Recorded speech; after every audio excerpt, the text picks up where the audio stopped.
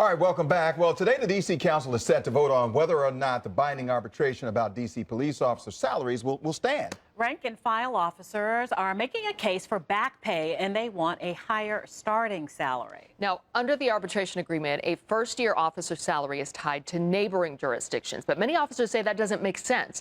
Fox 5's chief investigative reporter Emily Miller hit the streets with D.C. officers one night to see what they're up against. Take a look. The 7th District in Southeast has the worst crime in the city. A car jumping the fence of a house might be a big deal in, say, Fairfax County, but it's no big deal here. Not even the homeowners care. A call comes in over the police radio. An ice pick? It's like the game of Clue, but this is real life, and the night was just getting started. The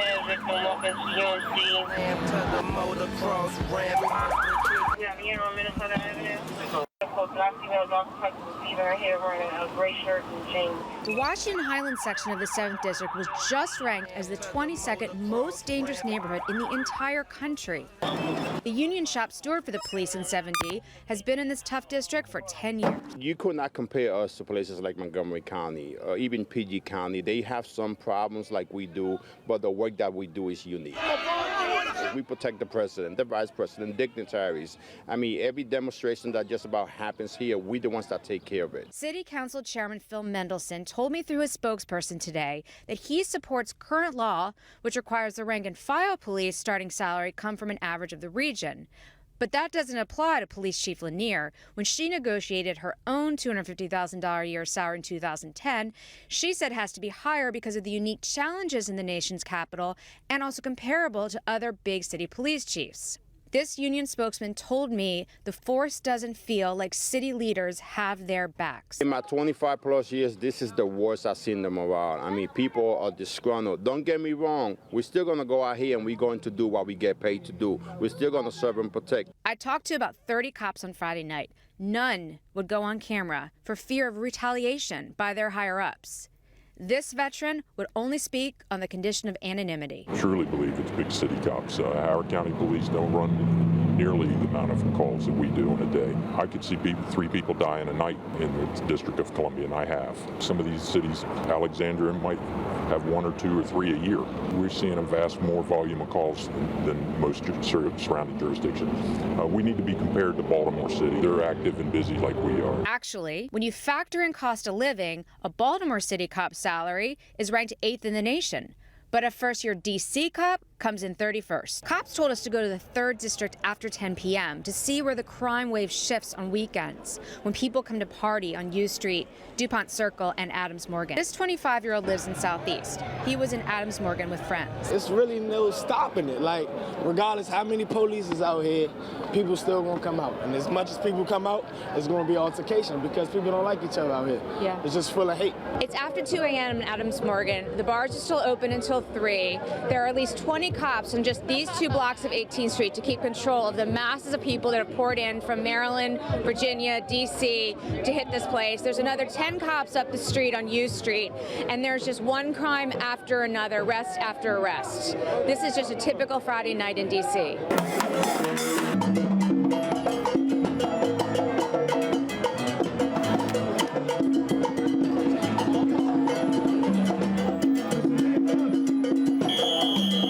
I stuck close to the cops and tried to keep my back against a wall.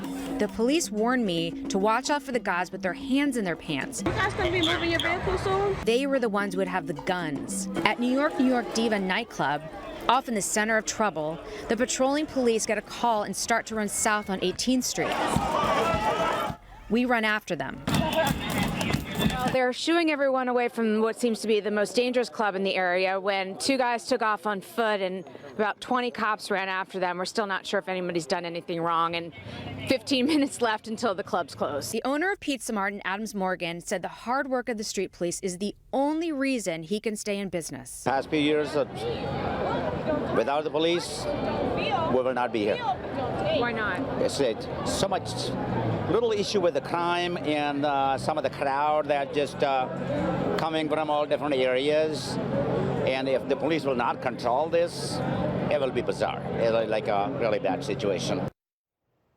Wow, Emily Miller back with us now. Welcome back to Good Day, DC. Thank you. You know, a really interesting story. You see what they're dealing with on the streets of DC, night in, night out. And that one officer mentioning we should be compared to Baltimore when it comes to pay. Baltimore makes more, those officers do, than DC. How much more are we talking about here? Well, you have to rank it based on cost of living. Obviously, DC is the most expensive place in the country to live. None of the cops I talked to live in DC. They can't afford to. And it would be great if they did. I mean, think of the deterrent if you knew there was a cop on the block. But as far as the ranking goes, when you include cost of living, Baltimore's at 8, DC's at 31. Wow. So, and we're just talking about starting salaries. And so the other issue is, are they going to get an increase? But just as just starting salaries, and we're having this major, in the police department, a major retirement bubble, they call it. So recruitment is a big issue, and you have to pay these guys in order to do this. I mean, look at this job they do every night. I know that you've been following this, so how close is the rank and file to getting a bump in salary? Well, that's the vote today at 10 a.m. at City Council, and they'll decide. Well, no, the City Council is not going to decide the salary because it's in an arbitration. The City Council is going to decide whether they want to overturn the arbitration. Then it will go back to the courts to have a new one and more negotiation. They think they should deserve more and a higher salary. But I just want to say what was been amazing to me, and this was just Friday night, it's Tuesday morning. Everyone I met, I gave my cell phone out to all these cops. They keep texting me and being like, "This was a slow night, Emily. Just make sure you know this is a slow night. This is nothing. You haven't seen anything. You should come with us on a tough night." So if you could imagine, you saw the video of everything I saw that night, and that's a slow night. So these guys just are up against so much crime every night in D.C. Do we see any change coming with this? I mean, I know it's up to the council here. Everything's in arbitration, but do you think there is a real push this time around to make a change? Is there more movement? Yeah, I really think there is, and I think the City Council is hearing from residents of D.C. saying, we really appreciate our cops. I mean, this is what you saw that Pizza Mart owner saying, the only reason I'm in business is because these guys are outside my restaurant every night to keep the crowds down and the robbers and the problems. So I do think people have been starting to really appreciate what the cops do every day. Okay. You know, for somebody, I mean, Adams Morgan, you're going down there, you expect to have a good time. You don't expect that you'd be bugged or you'd be harassed or anything like that. So not just the shop owners, but for partiers, I know that the ones who are not breaking the law, I know they're happy to see the police as well. Yeah, and they're saying they take away guns or catch guys with guns almost every night in Adams Morgan. Right. I mean, that's what it's turned to. Emily, thank you so much. Thank you very much. All right, we're going to switch gears now.